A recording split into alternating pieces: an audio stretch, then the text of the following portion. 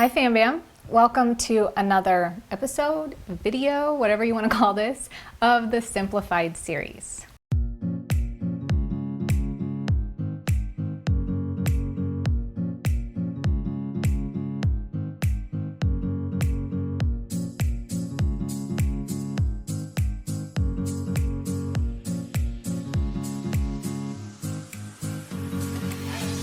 So we have had a lot of really good requests lately, and one of the requests was, how do you simplify with a husband and kids? How do you simplify with a family?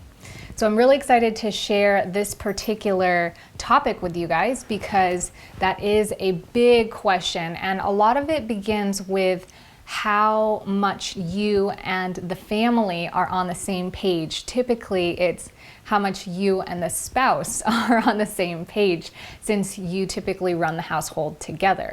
Before I get into this topic, I want to remind you that I have a free decluttering checklist that you can download in the link below to help you get started on simplifying your spaces. And if you do like these topics, give this video a thumbs up and feel free to leave your questions and comments below. So in my family, it's a lot easier than most situations, mainly because my husband is super easy. He is way more simple than any of us. He's very, very minimal. He typically just needs his clothes, which he usually carries anywhere from 10 pairs, like more or less. His tools, which typically fit in one toolbox, and some outdoor toys like some bikes and some pool gear, and sometimes lots and lots of trash.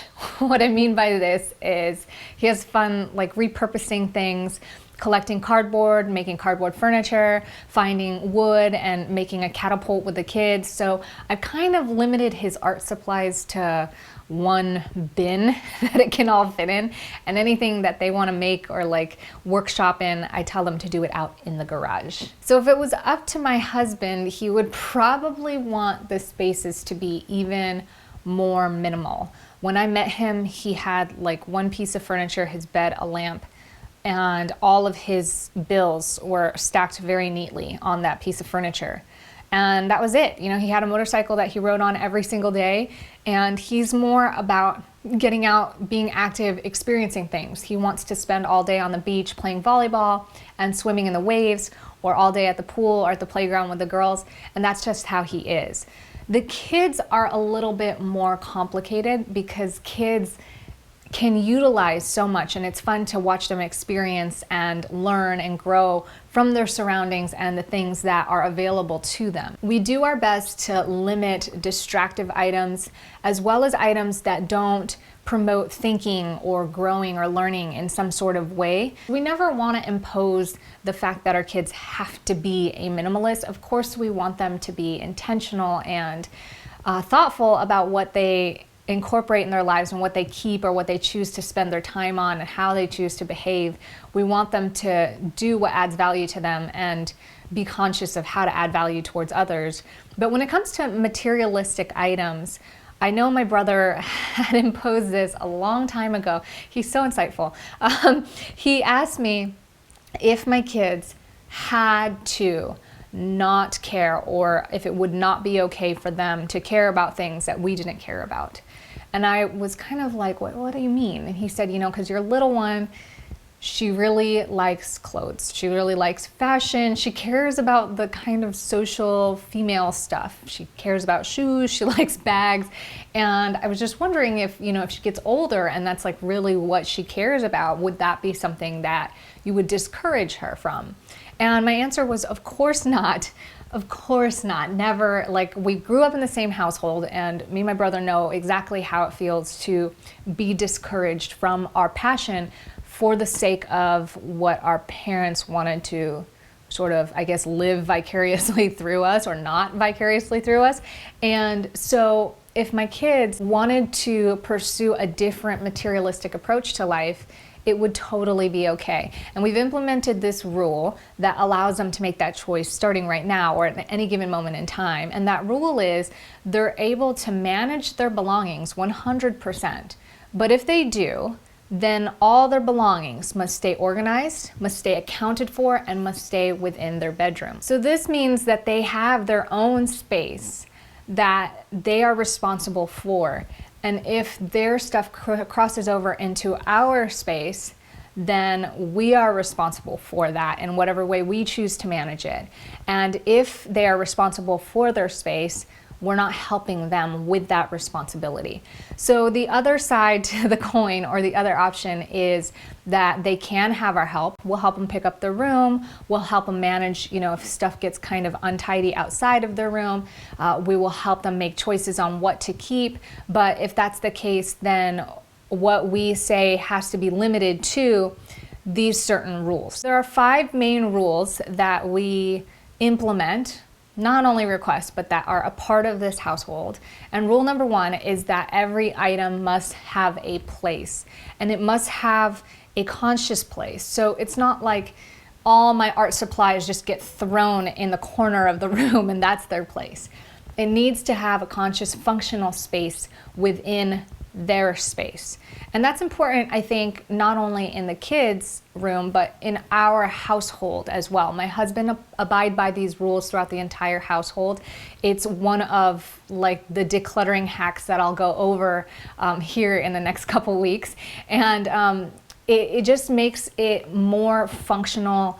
It makes it easier to live in. It feels nice to live in, and it just works really well. It's very efficient. So it adds a lot of value to make sure you have a specific place for specific items.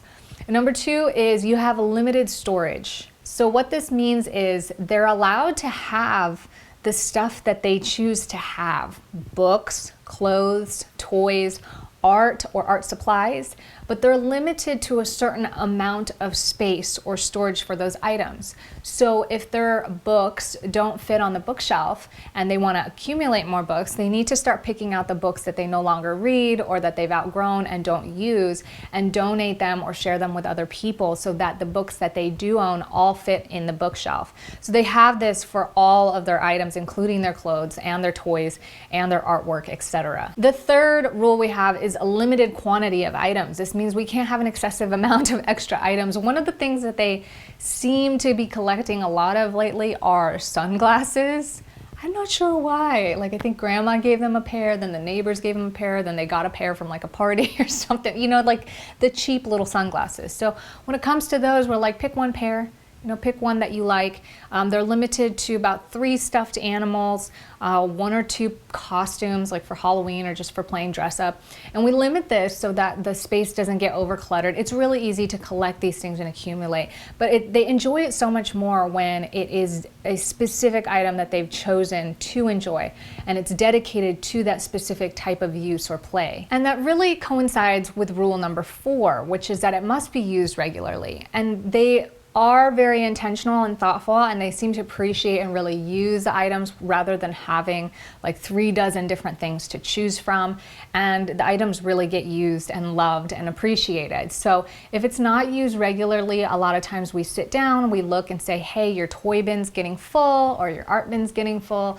What stuff can you use up now, or you can prioritize so you can actually use this up before we fill it with more or pack in more toys, or are there things you can let go of or share or just dispose of. So you have to use it regularly. We are not a storage unit. So we're not doing storing stuff for good measure.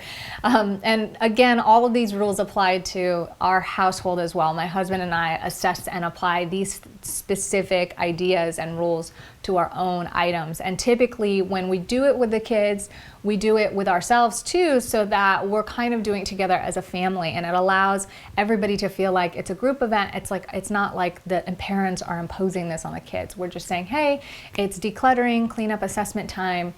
What are you going to declutter today? And the kids say, I'm going to declutter my books, or I'm going to declutter my art bin, and they choose something. And typically it's a natural event. Things start to feel a little more cluttered, a little more piled up, and we're kind of what's going on here? We've got so much art made. We try to make it a really nice process. So if they have lots of art, of course, you want to savor this art. So we tell them to pick the ones that they really find meaningful or that matter to them. We either file or store that away or let them hang it up and display it. The rest we have them take pictures of so that they can remember it, and we digitalize these photos. They actually have a digital screen, or they had a digital screen, but since we have the iPads, we have their art there, and it can like autoplay, and they can use that as a frame, and their art like displays digitally, which is really nice because it's not cluttering your walls and you're not stacking all this stuff. And plus it's preserved. I mean, as long as that doesn't get wet or catch on fire, it's all preserved in one nice spot, and that makes it super easy. The last rule that we have is that everything just needs to be kept clean and organized. I mean, it's similar to number one. You have a place. It's similar. It's kind of the root of everything. You know, whether you're managing it yourself or we're helping manage it for you, everything has to stay functional, stay clean, so that we can actually live our life. And our job isn't about managing ourselves through the clutter or looking for lost things in the clutter or just kind of feeling overwhelmed and neurotic because of the clutter. So we can focus on the things that are truly important and that matter to us, so that we can focus on one another and focus on our relationships. So we're not fighting over items or tripping over items or spending all of our day cleaning items. We spend a lot of our time just being functional and purposeful and experiencing things together. So I hope that these ideas or this approach, or me sharing, you know, how we function in our family, help you and yours. I know that for a lot of people, our spouses or our partners are not on the same page. And one of the best ways that I can recommend or give a tip in approaching that is to separate your spaces. I know that when my mom went on a diet, for example, her roommate was not on the same diet as her, so they split up their food cabinets, and her food was her food and her roommate's was hers, and they no longer shared those spaces that they were not on the same page on. The same can go for yourself and your spouse. You can split your closet, say this side's mine, that side's yours, and you can manage yours however you want and have at least some clarity and visual understanding or inventory of what it is that you own, so that you're conscious in your items and in your personal living spaces. So thank you guys so much for joining me here. I hope you guys enjoy the rest of your day. I'll see you in the next video. Remember to be good, be great, be grateful. I'm grateful for you. Ciao for now.